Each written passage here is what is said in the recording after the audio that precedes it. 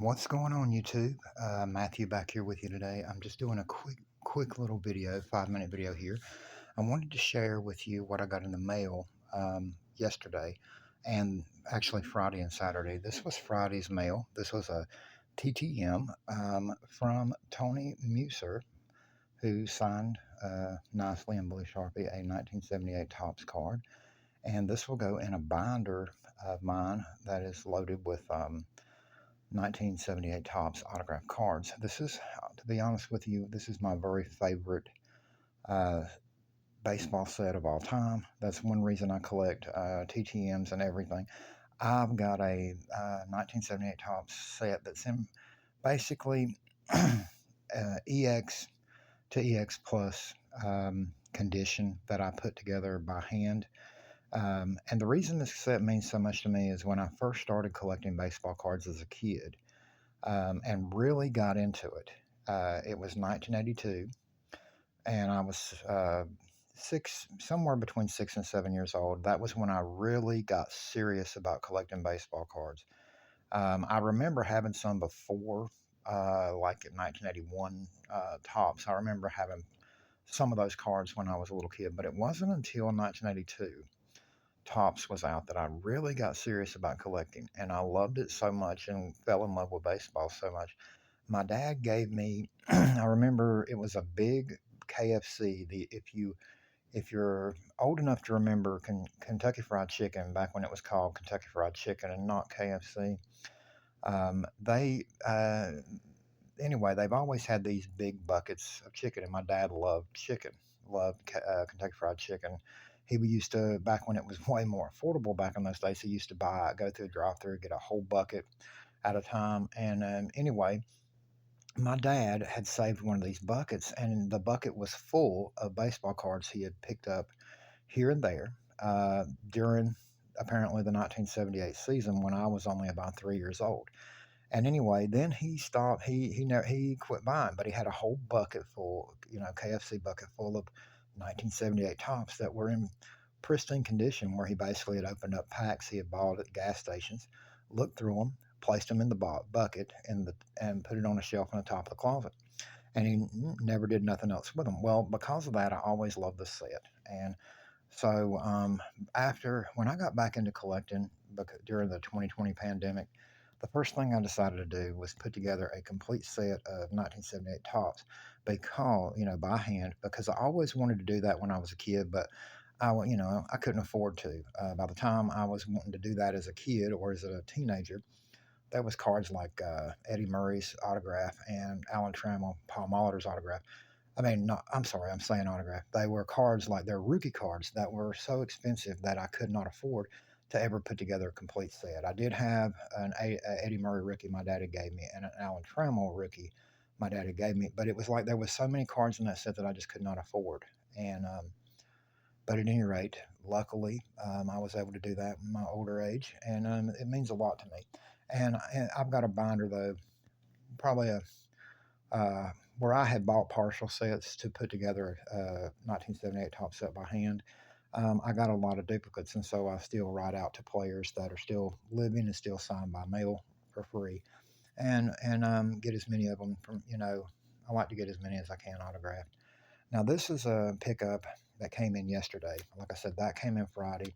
This came in yesterday on Saturday. This is not a well-known player, Brett Barbaret, former Olympian. He had some time with. He's probably best remembered, if anybody remembers him, as being an expansion draft pick by the Florida Marlins. He was an original Marlin, but Barbaret was originally a very highly touted prospect coming up through the Montreal Expos system. They thought this guy was going to be so good at one time they were willing to try and move Tim Wallach, who was established as a very solid third baseman for them. And Barbaret, though, never panned out as a prospect. But Barbaret is always he. It's funny because now that I've bought this, he's actually signing by mail now. There's been some recent successes, but Barbaret was always a very tough autograph to get by mail. Um, this is an older signature that would have what his signature probably looked like in his playing days. And the reason I know that, most everything that you see that people are, getting back in the mail, I'm in some TTM groups on Facebook, and the autographs you see today is just a B and a B with nothing else. And the reason I don't like that is because when you just have a B and a B, that is so easy for someone to, that just wants to try to turn a 5 cent card into a $5 sale on eBay. It's so easy for somebody to forge. And so, and that happens a lot with eBay autographs today. You have to be very cautious about what you buy on eBay, that especially anything that hasn't been authenticated. And there isn't 100% guarantee just because something is authenticated that it is actually legit at the same time. But if it's authenticated, which this one is, it's pretty much acceptable that it is an authentic autograph. And I saw this; it was marked down during Christmas at, like, the seller had it listed. It got down to 70% off of what he was originally asking. So I got this at less than it would have costed the seller to authenticate it through Beckett.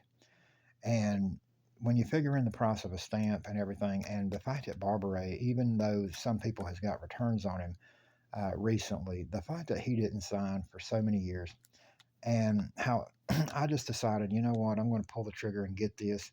It'll be a nice addition to the 88 top set. I needed this autograph for the traded part of the set. And this puts us up to here. We are now at 68 out of 132 cards of the traded set for the 88 top set, 475 out of 792 regular cards for the set. So we're making steady progress on the 88 top set. In a different playlist, I will try and start, maybe do a video over the next week and show my 1978 Topps autograph cards. Anyway, we're at the 7 minute mark, and I wanted to keep this short. Just share my, because I've had, not big mail days. Like I said, TTM come in Friday. This purchase came in yesterday. And so, anyway, there's a lot that's supposed to be coming in that I picked up from some Facebook groups to try to help knock out some more cards that's needed for the 88 Tops project I'm working on, as well as some other. There's several TTMs I've sent out that hopefully are, to people that usually have a pretty quick return time. So I'm hoping I get some more back soon as the mail gets back to, running normal. Anyway, I want to thank you all for watching. If you haven't already, subscribe to my channel, like, share, and subscribe. Check out my other videos.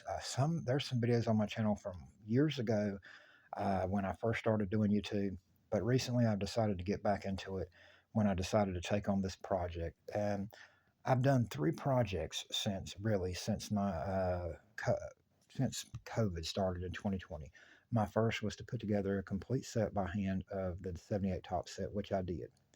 The second project was to put together a complete set by hand of 1982 tops, which I did.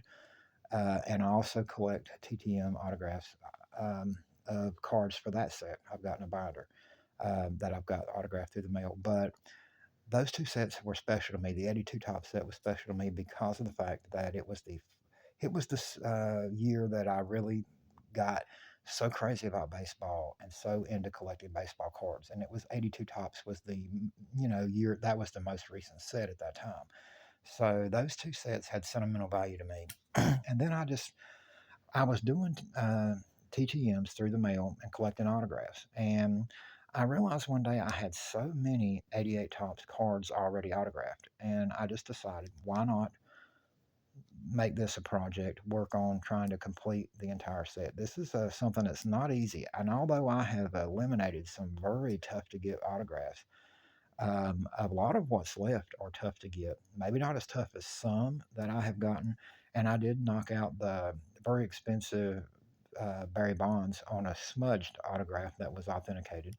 And I've took out Nolan Rhyme, one of the more pricier Hall of Famers still. This is a project that is very much going to be hard to complete, but I'm going to share every step of the way as we move an inch closer to completing it, while I share other things and that I collect as well, and just share my enjoyment of baseball cards with my viewers. Thank you all for watching. Be back again soon with more videos.